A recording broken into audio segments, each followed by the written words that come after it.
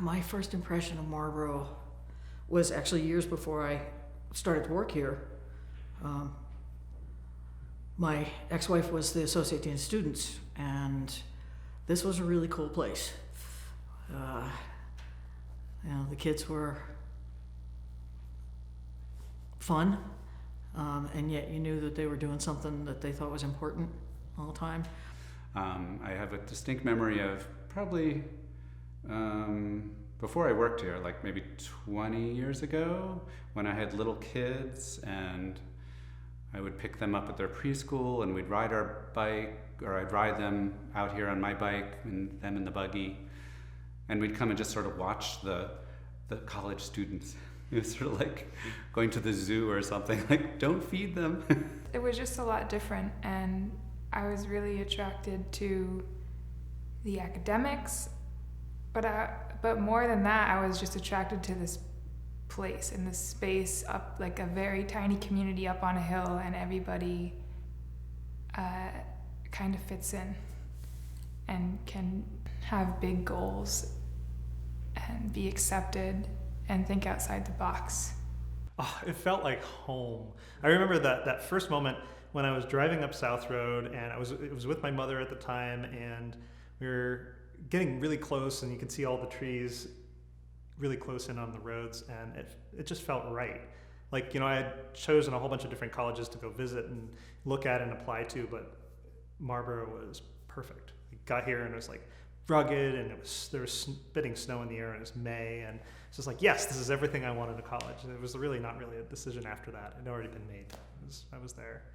I guess my experience, like when I saw this place, I thought it was like, whoa, like it's so cool, and it's like people had so much independence, and like at the time looking out, I was like, this is a school I want to go to, but when I'm ready to go to the school, I think I'm going to apply here. I've been a part of some other small schools, both degree offering and non-degree offering, and when I came to Marlboro, it felt a lot like those. It was a little bit like coming home. I first visited here with my daughter. She was 7 at the time, and it was just the two of us, and it felt very familiar, the size of the campus and the rural nature and this road that you travel on to get way back here in the woods, and it felt like a good fit from the very beginning. We didn't have to grow into it. It felt like we had found a place. I mean, I work in admissions because I fell in love with this campus, and I fell in love with everyone here. I've taken classes, like summer classes with Alma or William, and then over the course of the summer, they would check in and, talk to me about things I'm continuing doing after their class. And like, I couldn't believe that I don't feel like that would be a connection I would have with my professor anywhere else. It's been waves of different emotions and processing it in different times and different places. I think overwhelmingly it's just sad.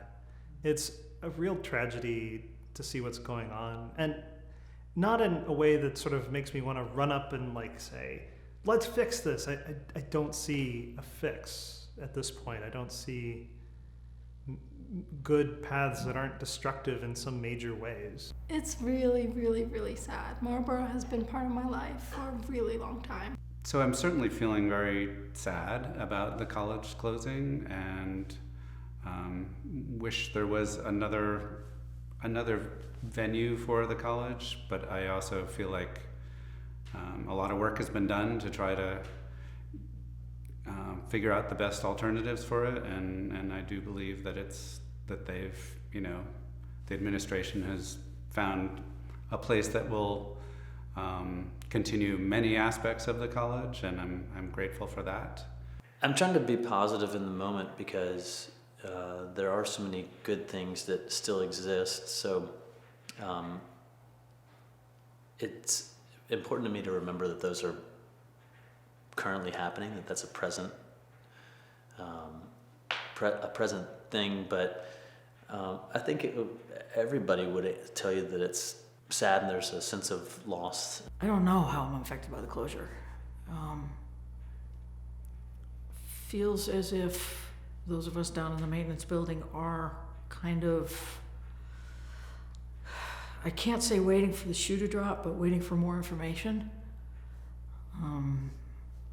They're buildings, they need to be maintained, otherwise they fall into disrepair, and it's usually much more expensive to redo something than it is to just keep it up as it's going along. So we don't know. It's not direct, but I'm still affected in the way that my friends are losing their jobs. And, you know, my other friends aren't getting to go to school here anymore, and it's really sad. It's certainly a loss for the staff. Like I said, I've lived here for 30 years, and I don't intend to move anywhere else. If there was a job for me at Emerson, I probably wouldn't take it. I'm kind of committed to going to Emerson because of my scholarship here. The job that I have doesn't transfer to Emerson, so I'm not eligible to go there. Emerson also doesn't have ceramics department, so I'm not sure what that would look like. Anyway. I wouldn't say I'm necessarily excited. It was never in my plan to go to Emerson. It was always in my plan to stay at Marlboro and figure it out. And that's what made Marlboro very interesting. They're very resourceful. Or if we don't have it, we can figure out a way. You want to study this, you can go to a different school or get that extra credit that you need for what you want to do. And that's what made Marlboro very innovative compared to a school that doesn't necessarily understand the sense of community that we have here, the bonds that we've made here. I'm mostly sad for students that came to the college because they love where it is and what they're going to miss by going to Boston. I feel like Marlboro, the academics of Marlboro is very special, and I think a lot of those aspects will be continued at Emerson. However, the environment will be completely different. The place closing is incredibly unfortunate because I think that most of the students that came here because it was so incredibly different, and a lot of that differentness came from this place, and the fact that we're up on a hill away in this tiny community creates a lot of those things that happen here that are really special, and I don't really think it could be recreated in Boston. So we're getting real life, hands-on, real life experience here at Marlboro, which Emerson does not offer at all. Yeah, they have really cool different amenities, but what is that compared to, being somewhere in the, you have, the view is just amazing. You get frustrated, and then you just realize, oh my God, my world feels so small, and you look up and you see the stars. It's breathtaking. I've heard several people say the DNA of Marlboro is going to another place, and that's not possible. Even remotely, in my perspective, you can't separate a people and a community from a place and expect it to be the same. It's going to break in many ways, and I think it's okay to acknowledge things that are broken and things that have to change. Everything changes. We all transition all the time. We're always changing, but when you don't acknowledge that change, it makes it even more hurtful and very, very sad. I feel like it's a part of Marlboro living on. Like I said, it's definitely, there will be elements of the curriculum, of the Marlboro curriculum, that will live on in the Marlboro Institute. Of course, the faculty are such an important part of our community, and they will, a good portion of them will continue on at Emerson. It does not feel like all of Marlboro. I feel like, so much of what makes Marlboro unique is the environment here and the woods and the farm.